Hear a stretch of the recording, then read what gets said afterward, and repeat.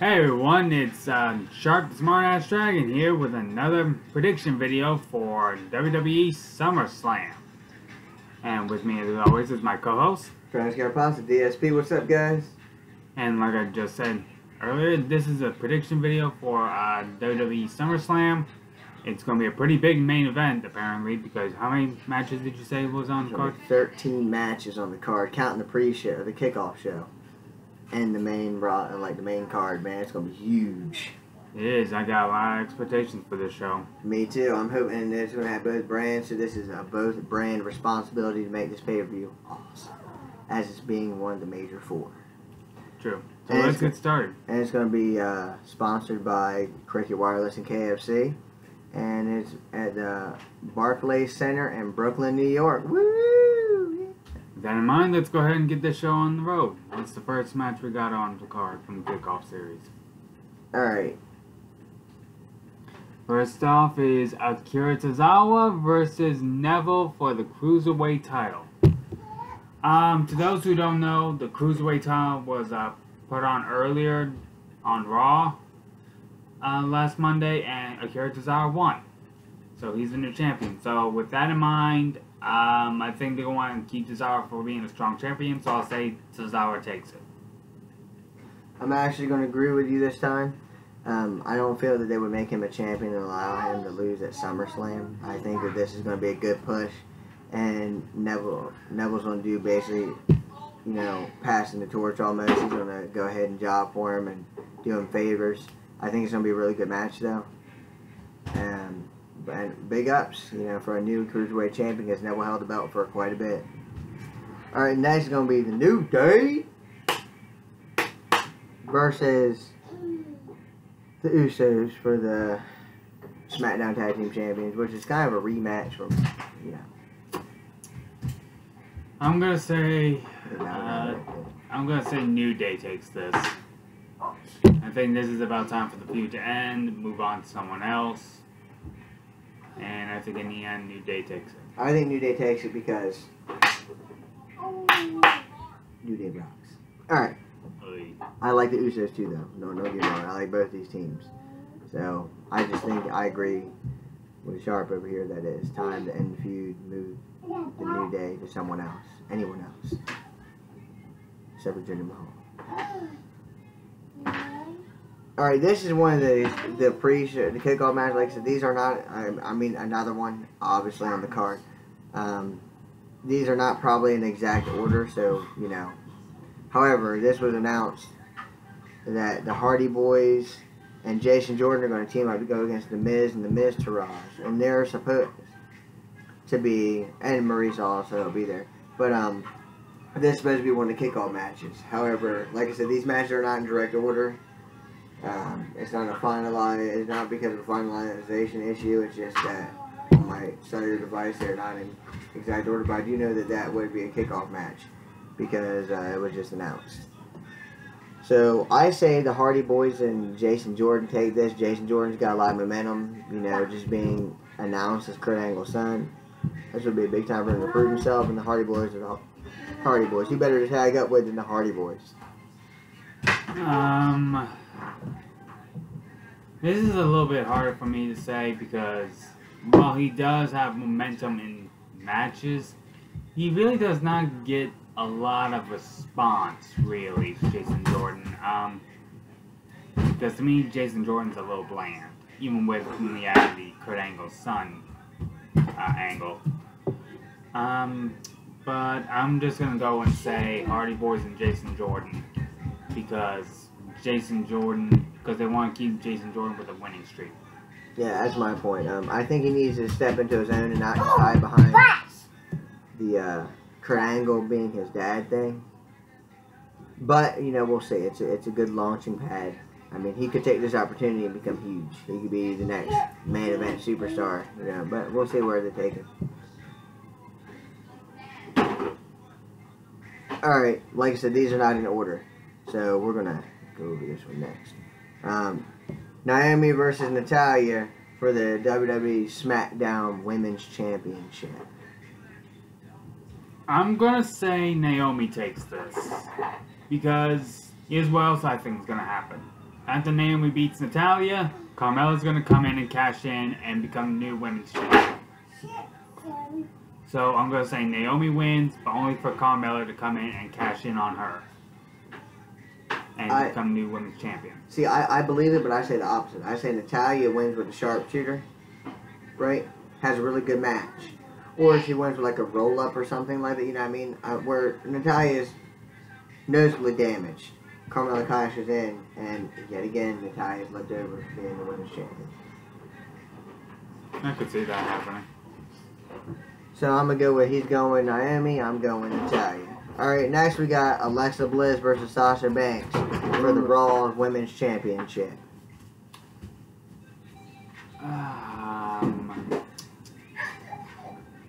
Because of the fact that it seems kind of rushed, this match, because of Bayley's shoulder injury, I'm going to say Alexa Bliss takes this one.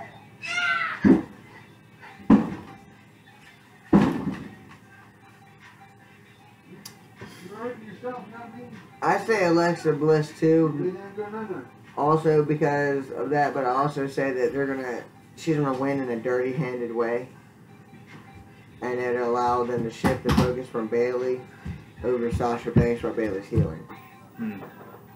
Maybe she'll have to come back in and be a triple threat or something like that. Maybe they can finally turn Sasha fully heel. You know, she's like, I'm glad you got injured. You know, something like that.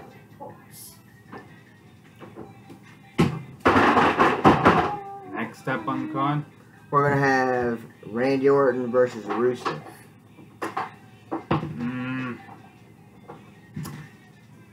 I'm going to say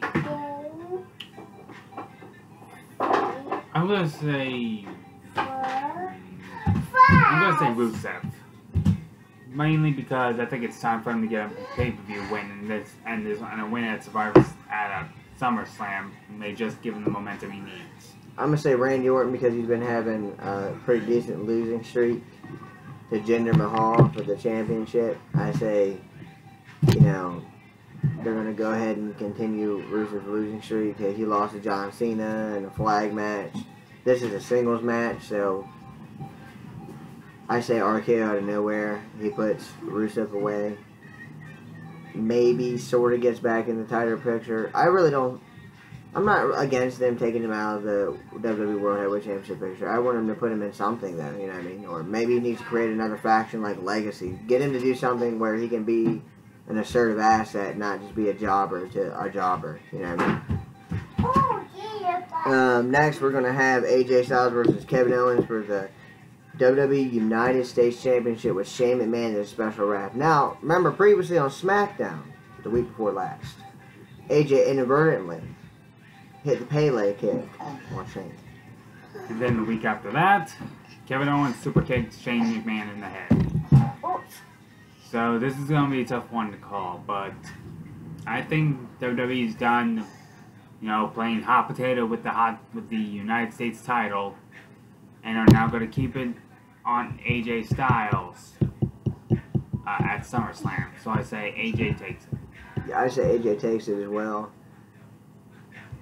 I say they're going to make it seem like fucking Shane has something to do with it. Maybe even move Owens away from AJ. Maybe even put him in a match with fucking, you know, Shane McMahon. Maybe say Royal Rumble. There have been rumors of that spreading. Yeah. So I mean, I didn't even know about the rumors. That was brain bar. All right, we're gonna have Big Show versus Big Cass. With Enzo Amore up in a shark cage, if I remember correctly. Yeah, that's correct. He will be suspended above the ring in a shark cage, sort of in a similar fashion to Chris Jericho. This is just for something to put Big Cass over. So Cass takes his hands down. I feel this is just a filler, and I also agree. Cass, Big Show's basically became a big man jobber, and it's kind of sad because in February. Right after, you know, basically in February next year, Big Show's going to sign to do maybe potentially one more WrestleMania, you know what I mean? And then he's going to be a trainer or something in So basically his in-ring career is over relatively soon. I feel it's a shame to make him be a jobber. But I agree. I think Big Cass is going to take it hands down. I think it's going to be a nice battle for 2-3 minutes, and then Cass is, going to beat him. All right, then we got Finn Balor versus Bray Wyatt. The Demon King is definitely going to make his return in the fall. Finn Balor's Demon King persona. And I think that's what's going to lead to what's going to be a great match. Probably one of the best matches on the card. It's still a little difficult to tell between these two, but I'm going to say... I'm going to go a little left field and say Bray Wyatt takes it. All right. I think this is what's going to put Bray Wyatt over. Oddly enough, I agree with you. I was thinking Bray Wyatt. I thought you were going to go Finn Balor. I'm not going to lie. I think Bray Wyatt's going to take it and keep the feud kind of going a little bit. The Eater Worlds will definitely be playing mind games with Finn Balor. Finn Balor, the Demon King, definitely a match that could play mind games with him as well. I think this is going to be a really good matchup. Probably, again, like you said, probably the best, maybe one of the best on the card, if not maybe the best on the card. I'm definitely looking forward to seeing this one the most. This is one of the most I want to see. So I definitely, seriously want to see this. All right, now we got John Cena versus Baron Corbin, who just lost the Money in the Bank briefcases. Right. If you remember watching from last SmackDown, Baron Corbin tried to cash in on Jinder Mahal. However, he ended up failing because he got distracted and became the third man to fail a Money in the Bank cash-in. Joining an elite class of people that couldn't get the job done. Oddly enough, one of those people being John Cena, too. Yeah, oddly enough. Actually, when you think about it, all three of the failed cash-ins, John Cena's involved in some way. Damien Sandow tried to cash in on Cena. John Cena failed to cash in. And John Cena interfered in the cash-in of Baron Corbin.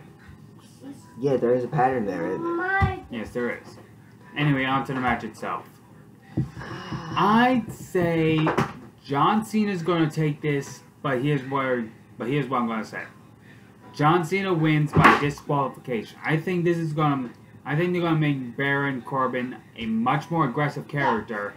Since he's failing mic-wise, they're going to try and use his ring abilities to help put him over.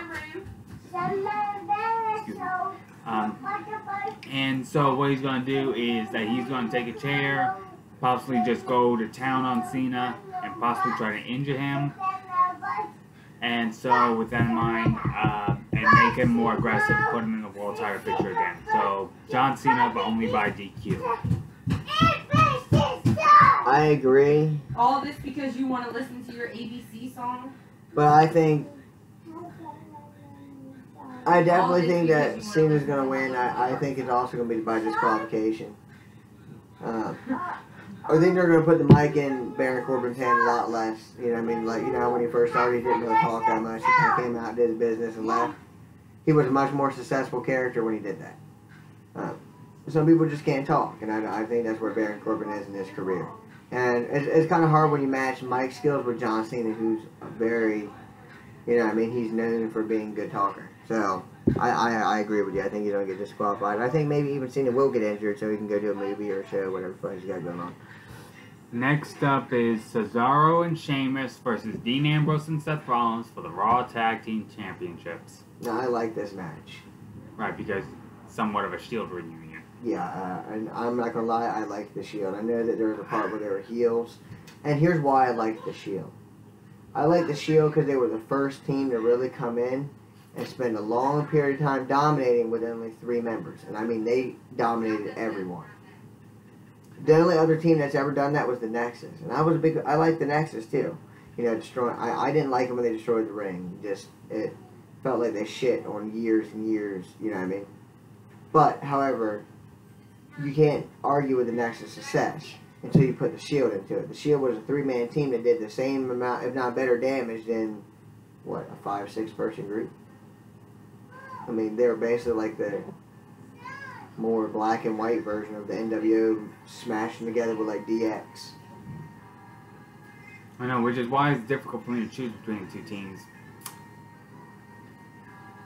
Here's what I'll go ahead and tell you what I think, and then you can go from there. Go ahead. I think Sheamus Cesaro keep it. I do think that Dean Ambrose and Seth Rollins are going to give them a good matchup, but I just think that it's going to. I think they're going to play into the. I think they're still going to keep playing into the idea that Seth has betrayed the Shield before. You know what I mean? Mm-hmm. And then there was that week on Raw. I think it was the same week I watched the SmackDown one, where Seth Rollins one week got his ass whipped, and Dean Ambrose came and saved and got his ass whipped too. And then they had a backstage segment where he told him he wouldn't do it again if he kept sticking his nose into where it didn't belong.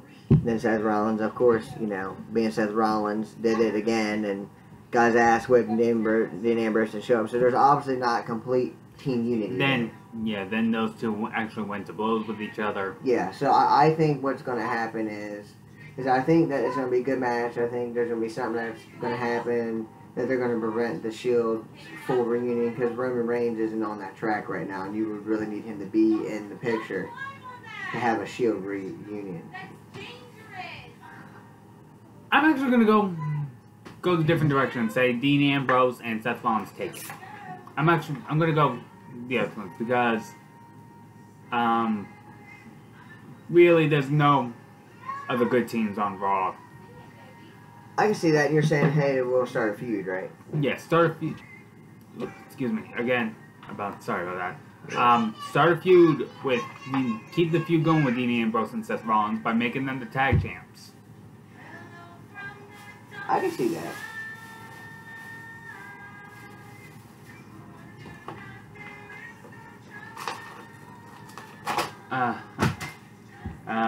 So I'd say Dean Ambrose, Seth Rollins. You say Cesaro and Sheamus.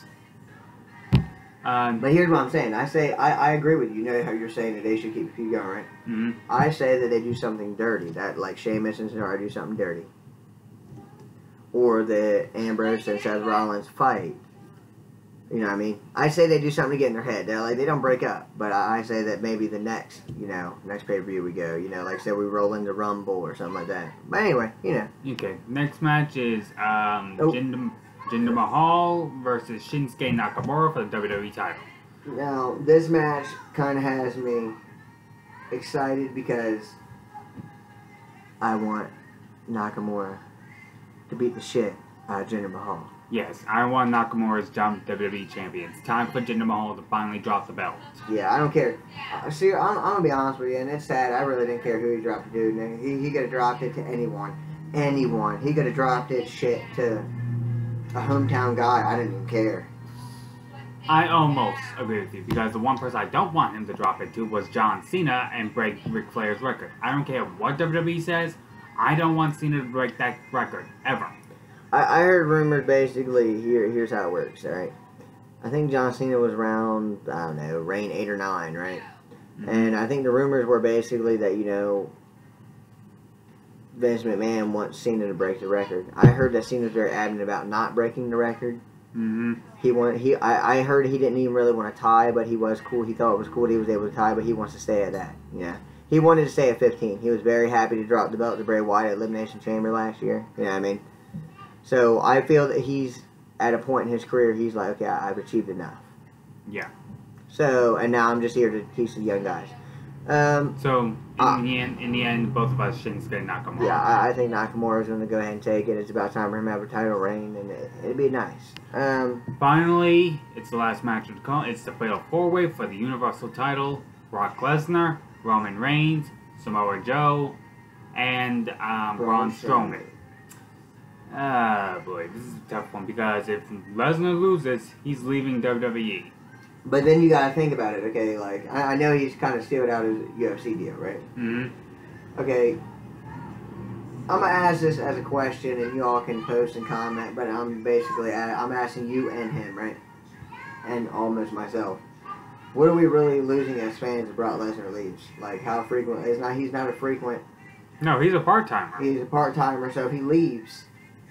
I mean, this could basically be WWE, this gimmick is there because WWE's like, okay, your contract expires and Brock Lesnar don't want to renew, or they're still in contract negotiations. If they're in negotiations, obviously Lesnar will win. You know what I mean? Especially if they finalize before SummerSlam. Or maybe like, hey, you know, at SummerSlam your contract expires, so obviously you would drop the belt and do favors for probably Roman Reigns. Or Braun Strowman. I mean, there are so many good elements. This is going to be a match that we can actually spend a couple minutes and talk about because anyone could win and it would work. I mean, a lot of people are going to say Roman Reigns because they've kind of handpicked him to be the next coming John Cena. Right, but who do you think's going to win? I don't know. I honestly am not saying I technically want Brock Lesnar to leave. I don't feel he helps the Raw brand, really. You know what I mean?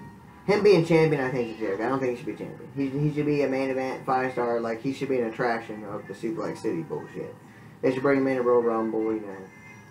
He should be Survivor Series because, you know what I mean, maybe a captain or some stupid shit like that. Him being the champion's a fucking joke because he's not there every week. Right. Braun Strowman's being built up as a monster. How much bigger can you get by solidifying your status by defeating Roman Reigns, who's main evented the last couple of WrestleManias, who retired The Undertaker, which I think that was bullshit too. Or Samoa Joe, you know, I mean, really, I think that they've done the least amount to build up Samoa Joe. And I feel bad about that because Samoa Joe's a very good talent, but what has he done really since he's been here? Other than be big, he came in and was Triple H's right-hand soldier. Yeah. So I mean. So who do you think's got it? I don't know. This is hard. I'm just gonna go ahead with my pick. What do you think? I'm gonna say Braun Strowman because I think I think it's time for him to have a championship run. And with the way they've been pushing him lately, I think that's also going to help Roman Reigns, at least story-wise, by now trying to go take the title belt away from the same monster he's been trying to get rid of for months. So I'm going to go and say Braun Strowman wins. I feel in that. I'm gonna go way off the park and not even be a storyline deal. I say Samoa Joe wins, and he does it by making Brock Lesnar to tap out or pass out. I say build him up to be to be the submission beast. He slays the beast incarnate. Then maybe at the next pay-per-view, Strowman challenges him, right? He slays Strowman, ends his big man beast shit. Allows Strowman to still go over Roman Reigns. Roman Reigns challenges him. He slays Roman Reigns. I could possibly see that. I mean, why not build up Joe as a beast? He's for a guy as big as he is, he's a good talent. He's a pretty damn good talent. Yeah, I mean, no, I don't know why they've not used him more aggressively. But, I mean, look at all of his TNA. I mean, he did a lot of amazing things in TNA, along with AJ Styles. But, like I said, that's my pick. I think Samoa Joe goes in and does the unthinkable, and it was something that nobody was thinking. That's WWE, their big four, likes to do shit that people wouldn't think they would do, and that would definitely be a big thing. Everybody's either thinking Brock Lesnar's going to retain, or Roman, or Braun Strowman. No one is counting. Everybody's counting Samoa Joe out. So, for the first time really in his career, Samoa Joe is the underdog. So, I say Braun, you say Joe? I say Joe. Well, with that in mind, everyone, we have finished our prediction video. Pretty long one, too. Nearly going on 25 minutes. Sorry, guys. This was a very big card to cover. There's lots of matches in it. Like I said, 13 matches. Yeah, and it's going to be a pretty big pay-per-view to cover. Oh, yeah. But with that in mind, thank you all for watching. Make sure to leave a like, drop a comment down below, and subscribe to our video. And again, give us your opinions. Tell us who you think is going to win. Why you think they're going to win. As always, click the bell button so you can be the first to know when we upload new videos. We try to get them out as much as we can. We basically upload every other Friday. Or at least when we can. Or at least when we can, we try.